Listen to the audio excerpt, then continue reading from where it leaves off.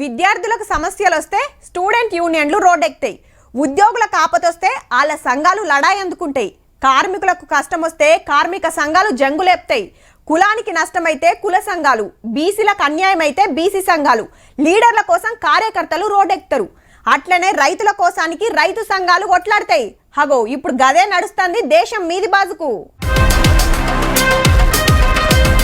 ఢిల్లీకి పోయే తీర్థమని రైతులు అట్టెట్లా పోతారో మేము కూడా చూస్తామని పోలీసులు. ఇటీళ్ళు అటు వాళ్ళు పెద్ద సడక్ బంద్ చేసి బార్డర్ల బారిగేట్లు ముళ్ళ కంచెలే వేసిండ్రు. అయినా రైతులు ఆగలే, పోవుడే. అటుకెళ్ళి టియర్ గ్యాస్ ఇడిస్తే చాలా మంది బేవోసులు అయ్యిండ్రు. అగో మొగుల మీదకెళ్ళి చూస్తే బిడి జీవితాల వీళ్ళు అవతల వాళ్ళు. గట్లనే కింది నుంచి ఇట్లా రాగల్లా అని ఆడ కూడా బందోబస్తులు ఉన్నారు పోలీసులు. హర్యానా, పంజాబ్ రాష్ట్రాల రైతులు శంభు బార్డర్ నుంచి ఢిల్లీకి పోతానికి ఇట్లా బయలుదేరితే ఎక్కడోళ్ళని అక్కడ అరెస్ట్ చేసిండ్రు. రైతుల డిమాండ్ ఏంటంటే పంటకు మద్దతు ధర ఇవ్వాలి, రుణమాఫీ వేయాలి, రైతు కూలీలకు పింఛన్లు ఇవ్వాలి, కరెంటు ఛార్జీలు తగ్గియాలి. అప్పట్లకి ఇట్లనే లడాయి చేస్తే కేసులు పెట్టిరు కదా, అవి కూడా తీసేయాలని మళ్ళొక పోరాటం అందుకుర్రు అన్నట్టు.